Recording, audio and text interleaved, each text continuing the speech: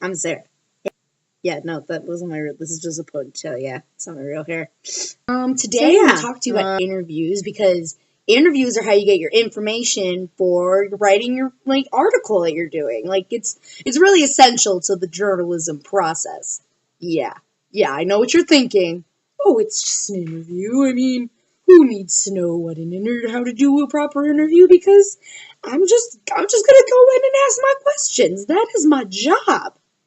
No, not your job. What you need to do is you need to get the good on doing interviews. You need to be rock star interviewer because if you're not a rock star interviewer, then who are you? Who are you in journalism if you can't rock an interview? Nothing. Nothing. No, that sounds really harsh. I'm really sorry. I don't even mean that.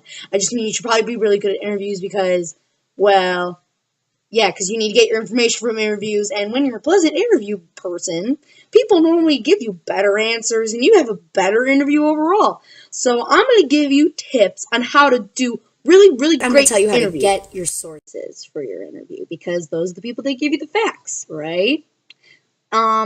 When you first set up an interview with your source, make sure your source is actually the person you need to get information from and not just like the wrong person or some random person who has no knowledge about your topic, because you don't want to end up like me, who assumed that her English teacher was also the department head because he helped out in the literacy center, and then you go into an interview with him and you ask him all these questions, and then he just tells you in the middle that he's not the department head, and you're like, ooh, that's really awkward because you're my English teacher and you're going to have me for like the rest of the year. Yeah. So just bottom line, know your sources that you're getting, make sure that they're reliable. Don't ask a football player about information about the math tournament that was that weekend, because that's just not helpful. And also don't ask teachers that aren't the teacher that you need to contact for information about. Just do the right thing and find your sources and don't beat around the bush, because that just ends up being really bad. You need to know about interview etiquette. How to present yourself, what to wear, how to behave. So first off, I'm going to tell you about your attire, your clothes. Now, right now, the clothes I'm wearing, like a scarf and a sweater and leggings with my hair up, that's okay if you're just talking to a student, nobody you need any, significant information from. Like, if you're interviewing a student about their opinions on the new lunch menu, or if you need a student to have a meet and greet about a one sentence that you need as a man on the street. You don't need to dress up special for that or anything, but if you're presenting yourself to an authority figure like a teacher, an administrator, a person in a company outside of school, something like that, you probably want to look nice for. And by looking nice, I don't mean this. You're also not going to want to wear your favorite PJs and slippers to your interview. It's just unprofessional, and that's a bad first impression to leave on someone you're interviewing, especially when at that point you're the face of the blueprint, the paper that you work for. And you don't want to make us look bad because you don't want to try, and trust me, I have those days. What you'll want to wear is a dressy black pants or jeans with some sort of nice top, sweater, blouse, and guys, maybe you'll venture out to wear a tie depending on the seriousness of who you're interviewing, just because you don't want to look bad. Etiquette is using proper language and presenting yourself in an appropriate manner when you're in the interview.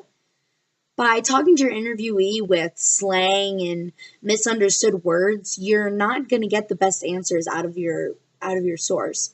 So make sure that when you're interviewing, you don't sound like this. Yo, bro. So, how's it feel to be coaching that first place team that weekend? It was sick, man. I was like, oh my God, it was so good. It was just sick. Sick, man. Totes cool. See? It's not the best. And when you talk to your interviewee like that, they lose complete respect for you, and you won't get the best answers out of them, which only hurts you in the end. Equally, you just want to make sure that you don't, present yourself badly in such a way with bad posture, bad eye contact, low voice. You want to make sure that you give a presence to the person you're talking to by sitting up straight, making good eye contact, and using articulation when you speak to make it interesting for them. Just as sometimes it's annoying to go out and get an interview, it's kind of annoying for your source to sit down and give an interview. So make sure that you're respecting the time they're giving you by presenting yourself in the best way possible. Interviews don't benefit the person you're talking to. Interviews only benefit you, so you get the best and most accurate sources. Also, you probably shouldn't eat during an interview because it's kind of disrespectful. And as you can see, as a viewer, this is really awkward, am I right? Stuff. The actual interview. So, when you have an interview, you need to make questions because what are you going to talk about? And questions in an interview are really important because they're not just willy-nilly made and you can't really just wing it. You should really sit down and focus on what you want to know about the person by identifying the angle in your article and by identifying what this person knows about your topic so that you're not asking them questions they can't answer. Open-ended questions are the best questions to ask in an interview because they're the ones that evoke actual emotion and quotes from your source. Yes or no questions don't really get the job done because they're going to answer just yes or no.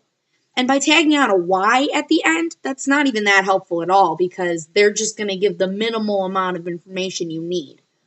Open-ended questions take the answer out of the person and give it to you. Did you like the winner play? That doesn't leave very much room for them to give you an answer like what they liked about it or what memorable thing they have from the actual play. All they can answer is, yeah, I liked it, or no, not really. But if you ask someone the question, what aspects of the winter play did you like? That leaves a much more room for conversation, and you can get a better answer from that. Like, oh, I really enjoyed when the main character, or wow, when the main character was having this fight with another character. They can talk about what things from the play they enjoyed, which gives you a much more specific answer and better quotes for your interview process. Article. Is recording the person. You can't accurately take notes on every single word the person that you're interviewing is saying. So conveniently, because of modern technology, we have these things called recorders. Now, recorders are either your phone or like the recorders that the Blueprint uses to get all of the words that your source says. And what's important when you record is to make sure you get the permission from your source to record. If they don't feel comfortable with you recording, then they're probably not the best source. And so, but by law, you need their permission. So make sure you ask for that first. After they hopefully say yes, you make sure that you, on the recorder, press the on slide down button on the side. Then you press record and make sure you're not recording over another tape by being at the very end of the tape sequence that you're in. So on the thing, it says 5 out of 18, you're going to record over other interviews. If you're at the end of the tape that says 18 out of 18, you'll just add a 19th entry onto the tape. Or you can record on your phone and name it so that you know who exactly you're recording. At the beginning, you'll always want to state your name, the publication for writing for, and the person you're interviewing. So this is how a good interview is. I'm Sarah Gallardo, and I'm a reporter for the Blueprint here at South. I was wondering if I could ask you some questions about DECA today, and if I could record you. Yeah, that's fine. All right, cool. Yeah. Thank you. Yeah. Oops. So first of all, what types of activities are in DECA meetings? Okay, so in DECA, basically, it is a competition that you go to, and we prepare all year for going to state, and, nationals, and nationals is actually coming up the 28th of this month, and you go in and you take a test, and it's basically all about business. It's learning about business, how to run a business, what goes into it, and all kinds of things like that. All right. Also, do you enjoy DECA? Was it what you expected when you first joined? It wasn't exactly what I expected when I first joined. I expected it to be much different, but you have to put in a lot of hard work and effort, and you actually have to study for the test that you're going to take, but I really do enjoy it. I think it's a lot of fun, and I think it will look really great going on college applications. All right, thank you so much. Now you're an ace in interviews. you can like get really like kick butt interviews and like have really great sources now. All because I gave you the basics of great interviews. Knowing your source, wearing appropriate clothing, acting presentable, and yeah, just be awesome. You know? Just do it. Do it! Okay. Thanks. Interview out.